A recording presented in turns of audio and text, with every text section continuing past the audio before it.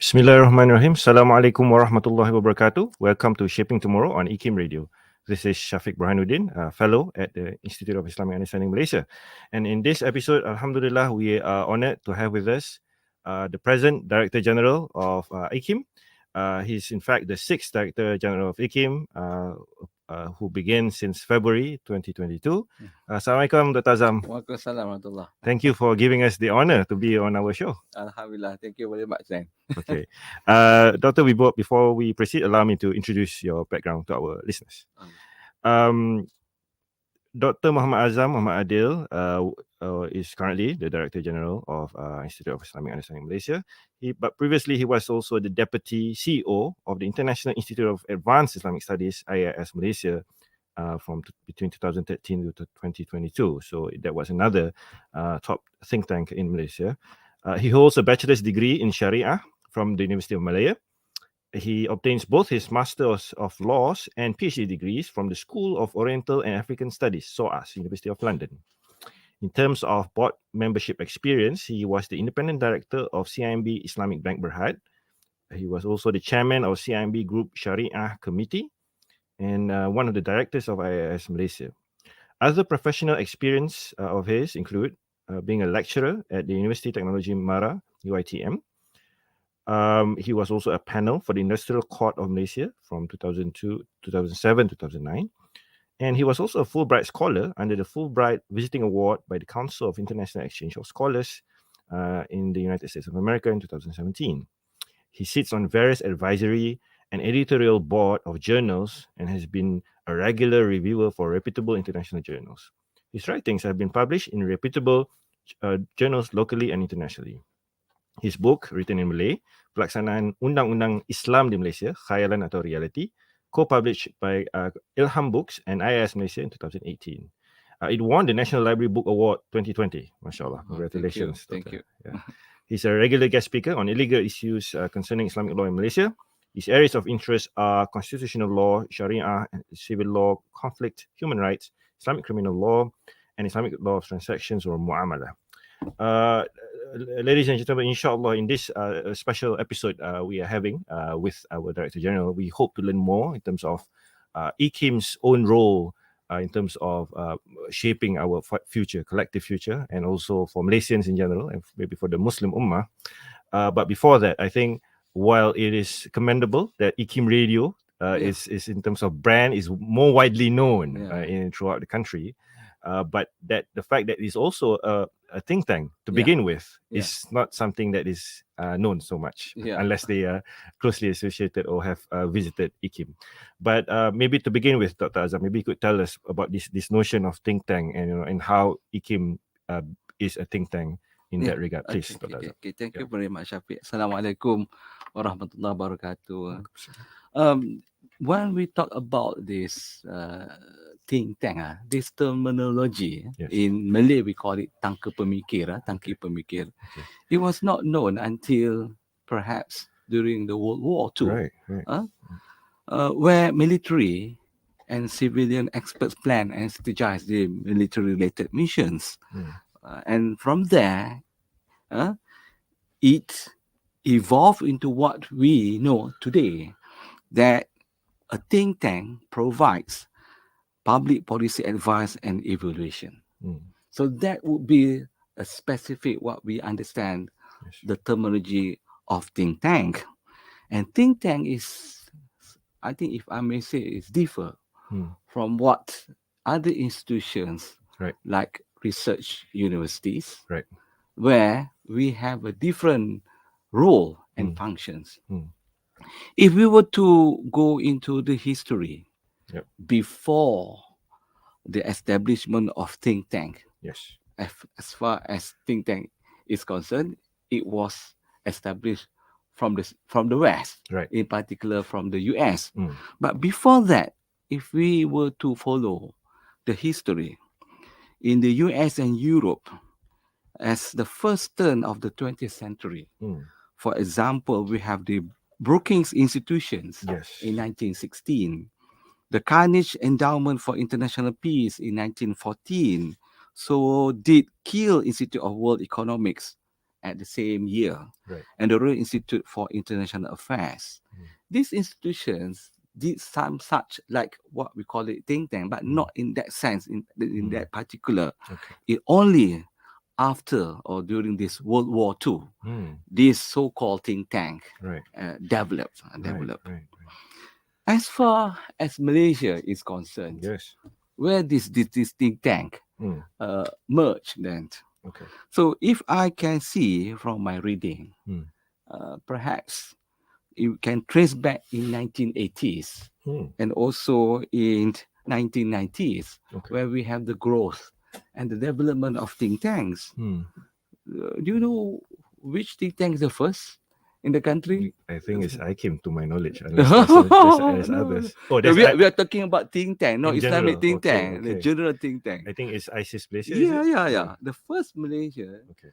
the Malaysian think tank is ISIS, the Institute Okay. of Strategic and International Studies, which was set up Yes. in 1983, Okay. and it was the brainchild of the former Prime Minister Dr. Mahathir. Yeah.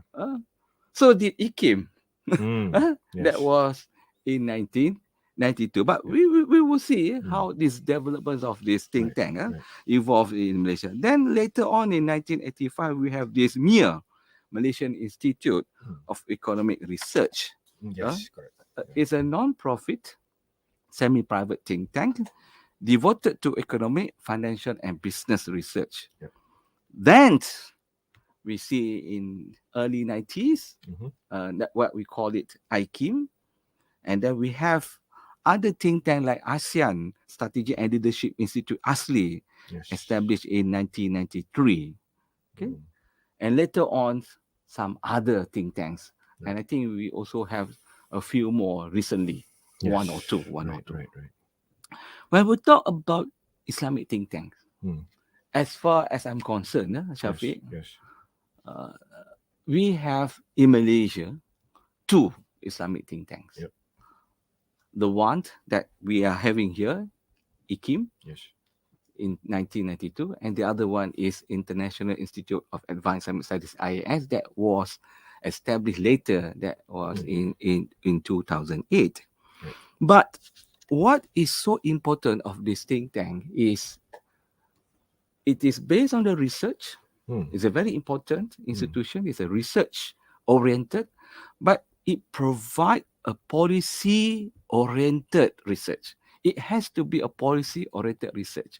At the end of the day, whatever the outcome of the research, it will be shared either through policy issue papers, through publications, through writings in the papers, and the very important part, it will be shared within the stakeholders.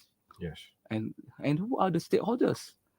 Yep. Of course, as far as IKIM concerned, because the setup of IKIM is directly directly to the office of the Prime Minister, of course. Yeah. But on the daily practice, of course, I mean, Prime Minister is so busy, so we have the minister in the Prime Minister Department that taking charge of the religious affairs, that will be charge of this. But that will be something that whatever that we do here in IKIM, we engage with the other stakeholders that we have, so that at the end of the day, whatever that we have done, it can give an impact to the society. If there is or there are things that we want to change and to give something benefit to the country, then if we were to do a research and we publish it, for example, in journals, like the other researchers at universities did, is it that's only the end of the outcome? There's not much difference. There would be no impact to the society, no impact to the country. And then that is the role of think tank. Right. But let me share a bit, Shafiq, Yes. when we talk about think tank in general, not only an Islamic think tank. So according to James G. McGann and R. Kent Weaver in 2009, so they summarize, these two authors summarize the rule of think tanks. There are 6 Okay. according to them. Mm. Number one is carrying basic research on policy problems Mm. and policy solutions Right. in the fashion similar to that done by university-based researchers. Yeah, there are similarities. Yes, Yes. okay. Yep. But we have just mentioned that the outcome would be a little bit different where we will engage with the stakeholders. Right. Number two, providing advice on immediate policy concerns that are being considered by government officials. This is something which is think tank has different Mm. role Mm. from the outcome of the research from the universities. Three, evaluation of government programs. Right. We were given the opportunity Yep. to engage with the policymakers. Yes. There are the government agencies, Yes. the ministries, Mhm. so we can evaluate whatever they have been doing and give advice Mm. what we think is best For the country. for the country. Right. Okay. Mm. Number four, serve as facilitators of issue networks and the exchange of ideas. I think this is what we are doing lah. Mm. I think it's not only in IKIM, Yes. it takes place everywhere. Yes. Number five, serve as suppliers of personnel to government and as a place for politicians and policymakers who are out of power to recharge their batteries. This one, this is not my statement. This is from this Yes. McGain and Weaver. Mm. How this the role of this think tank. And of course, I think the very important Yep. role of this think tank is interpretation of policies and Mm. current events for the electronic and print media. And of course, now we have the social media. We also share Mm. the outcome of what we have done in terms of the policies Yes. in that on this platform. Yes. Okay, so perhaps that will be the beginning of it, Yep. Shafiq. Yep. Yeah. Thank you very much, Dr. Azan. I think that's a very comprehensive survey, and not only looking at how think tank began to be established in Malaysia, not IKIM per se, but in the history of the world actually. Yes, And it's a very modern phenomenon. Yes. Although maybe in the past, in the Muslim civilization, the ulama played that role. Yeah. But now in the context of a modern state, you need a very systematic institution so that you can give advice to the government accordingly. Yeah, right? yeah, In the basic sense, that's one of the things I gathered, like one of the basic things. Although of course it refers to policy, Yeah. but basically it's to give advice, Yes. nasiha, Yeah, as per you're our right. Islamic Certainly. tradition, to the Certainly. umara. But it's very interesting also that I think that you try to clarify the positioning of a think tank in the country. So because we have universities, we have other research institutes, okay, and I think it's very clear that we don't function like a university in a sense. We don't teach students. I think that's very clear. I think that's one of the characteristics. It has a very specific function in the government, I suppose, landscape or ecosystem, right? Yeah.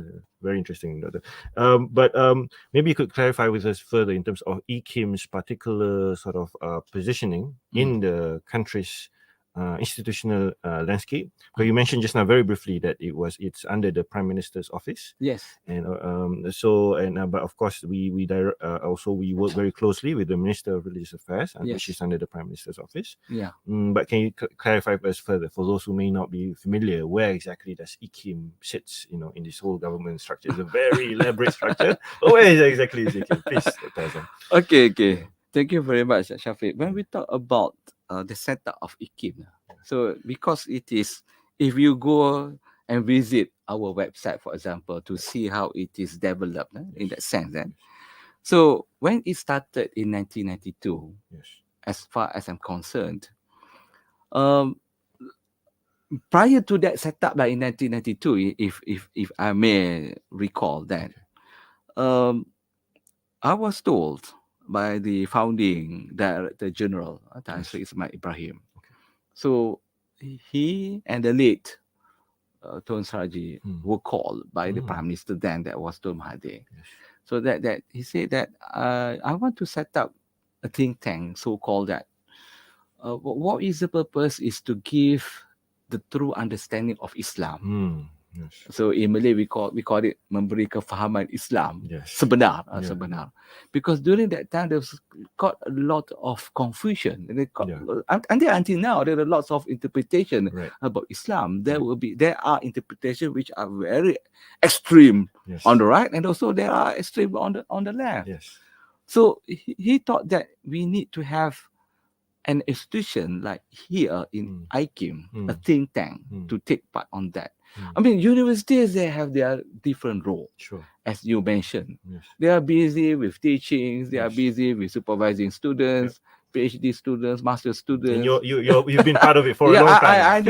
I know that. But despite there are 5 research universities in Malaysia where they also have the center of excellence, Right. the center of excellence. Yet, Okay.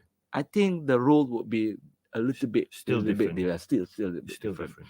So when this idea of this setting up of IKIM, so these 2 gentlemen, especially the former DG, the founding DG, learn from ISIS. I see. On this setup. ISIS Malaysia. ISIS Malaysia. Okay. So the IAS, I was told. Also, when they wanted to set up, they have a small office in ISIS. Okay. So both IKIM and IAS learned on the setup of this this institution. So there was a prototype already. So from it's ISIS. not something from zero. There's already a good model. So they try to build on that model. Okay. But the setup, as far as I'm concerned, as it is now, there are different in that sense. ISIS, despite it is a link to government, but they are quite loose in that sense. Related, right? Whereas IKIM, we are very much engaged into it. Okay. And of course, our what we call it is our website. Our email is gov. Yes. Whereas ISIS and IAS, they are org. Right. It gives a very different scenario that we are very government link in that sense. Despite we are CLBG, company limited by guarantee, where we have the independent, where the board of directors is the final say. Yes. We from time to time we follow a bit of what the setup of the government in terms of the circulars, but it is our own. Yes. It is independent in that sense. It's a very strategic institution, in other words. We look at it. To do it, and it's to do good for the country, for the society. Because when you're in such position, and of course it comes with it great responsibility also. Yes. Of course, Dr. Azam. Thank you. But if I may, Dr. Azam, I would like to ask a very maybe frank and hard question, because surely this will continuously to be asked by Malaysians. Unless they are very strong followers of IKIM Radio, they may not ask this question. But the wider population, sometimes they may not know of the true function of IKIM, right? Because, for instance, I was told even as a listener from Singapore listens to IKIM Radio regularly, so which is quite a tremendous achievement for our institution and the radio. But what would you say? Why do you think an institution like IKIM needs to continue to exist in a country like Malaysia? Because increasingly people are saying, we need to separate religion from the state, and this sort of things is not necessary maybe for public funds to be utilized. Your views on that? Okay, thank you very much, Shafiq. I think as far as Malaysia is concerned, we are a unique country. We are a unique country. Despite our population consists of 60% Muslims, approximately, and 40% non-Muslims. We are guided by the supreme law. That is the federal constitution. And if to be honest, if you were to refer to the Article 3 of the Constitution, where Islam is the religion of the federation, and also the Article 12, where it is permitted for the government to facilitate the institution of Islam in terms of the education, to give funds to this institution. And it is clearly provided in the Constitution. It is constitutional in that sense. But as far as IKIM is concerned, if we were to follow what it is provided in the memorandum and article of associations, there are 24 objectives of which institute this IKIM is established. But I would like to only mention 4, because this is the primary ones. The first one is to engage independent and collaborative research and consultancy activities that examine in depth and from a holistic and integrated viewpoint the role of Islam and Muslim Ummah in the new realities arising from a changed global order. Yep. So it's the changed global Interesting. order is not only then, and it happens now and in the future. That will be the main points. Yes. Two, to provide a forum for scholars from Muslim and non-Muslim countries, to discuss and analyze issues of common interest and concern. Yep. When we talk about Muslim and non-Muslim countries, it involves what? It involves Muslim or non-Muslim speakers. Yes. It involves Muslim or non-Muslim audience. Right. In particular in Malaysia. Yes. Like you mentioned, the platform, the radio platform. Yes. You'll be amazed to know that despite we have 60% of our content in Bahasa and only 40% with the other languages, be it in Arabic and English that we are now having now, I was told more than 300,000 listeners from non-Muslims listen to our programs. Okay. And of course, we hope that this program, the English program that we have, you'll be surprised, you'll be amazed that because it can be heard and can be listened through internet or through podcasts. True. People around the world. Yes. It's not only Malaysian. Yeah, true. They That's listen. True. Yes. They listen to us. Yeah, I was told Shaping Tomorrow has listeners in the UK as well. My goodness, my in goodness. Europe. My goodness. And third, to create a better sense of awareness and understanding of all global issues that may have a direct or indirect impact on Muslims and Muslim countries and humanity in general. I think this is important. And I think this is the last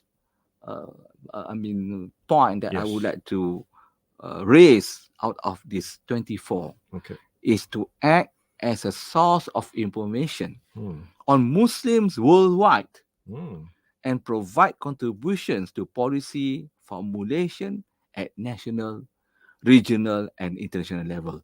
This is a big challenge, Shafiq. Yes.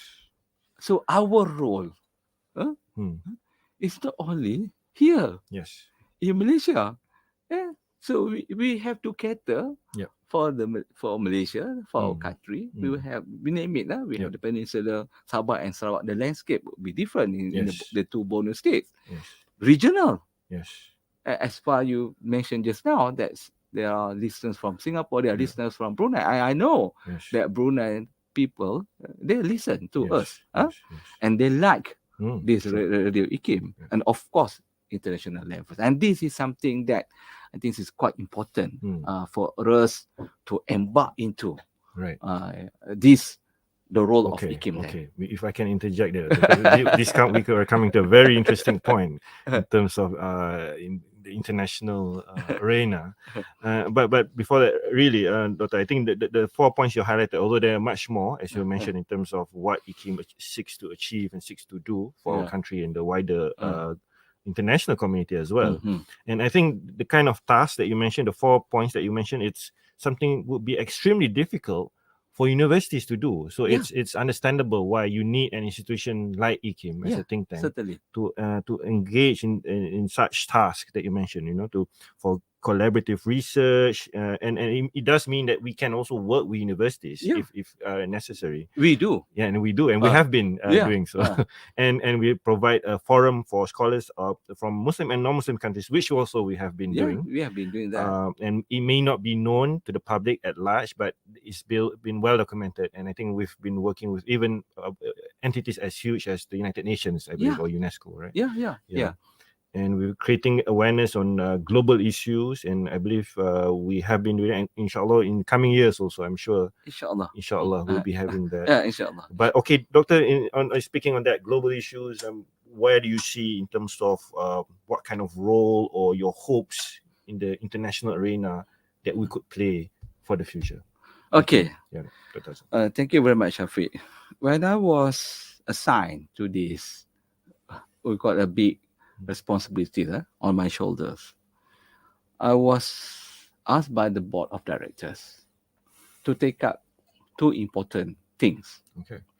One is to engage more with the non-Muslims. Okay. Non-Muslims here means non-Muslims audience in Malaysia, as well as non-Muslims in other countries. But in particular, stress emphasis more on in Malaysia. And to internationalization, Internationalization. internationalization. That are the two key important, if I may say, tasks given to me. Okay. I want to talk about the first one before I go to the second one. Yes, please. Okay. We have been doing that since IKIM's inception, and I believe that have been taking place. Yes. It's just that perhaps there are up and downs. Sure. And during my term as a DG now at present, I would like to embark more on that. Of course, we have planned for 2023. We have done it in the past for this year and the past, but we want to put it in emphasize more on that platforms in terms of programs, in terms of publications, in terms of engagement. And inshallah, I think, God blessing, inshallah, we will do that and we will engage with other organizations and NGOs, be it in Malaysia as well as abroad. International institutions. Okay. As far as the second one, this is a big task also given to me. Okay. So on this note, we have started, it's not well started, we have this relationship with other international institutions. Yes. Be it in Japan, Right. be it in the Middle East, I was told, and also in the West. Yes. For example, OXIS, Yes. Oxford Center for Islamic Studies. I think we had a very good relationship with OXIS. Yes. For a long time. Before, for a long time. And yet, we haven't had so-called, what we call it, a program as such that will benefit not only for this country but for the entire Muslim Ummah and the world. Right. So we are proposing so-called OXIS IKIM lecture series. It will be a grand series in that kind of nature, and inshallah, it will take place next year. And I think there will be a challenge for me because it takes a lot of budget for that. But inshallah, we will do that. Yes. On top of that, we also have MOU with Uzbekistan. Right. Not only through the embassy of Uzbekistan here, I think we had with some organizations and institutions in Uzbekistan, and we have been organizing webinar. Yep. And 2 days ago, I met with the ambassador. Yes. And they're looking forward that not only webinar, we should have in-person programs in person, where it will take place both in Uzbekistan and also in Malaysia. And you know that they are in hunger, in the sense that they need to work closely with us. I think they also last month, if suppose, there were 2 institutions from Uzbekistan visited us, where our chairman, Prof. Tan Sri Abul Hassan, also was there. Okay. Yes. And of course, from the east. So we want East, Middle East, and the West. So I have thought. I have thought about the West. How about the East? Yes. Japan is a very important country, and also we have institutions like that. I was told that there was a collaboration and also conversations, letters took place between IKIM and also 1 or 2 institutions in Japan. We had collaborated before. That's right. I think we had a program in Japan. Where our speakers went to Japan. Yeah, you are right. I was there as well during that time. But for the Middle East, that will be something that I'm also planned. And God bless.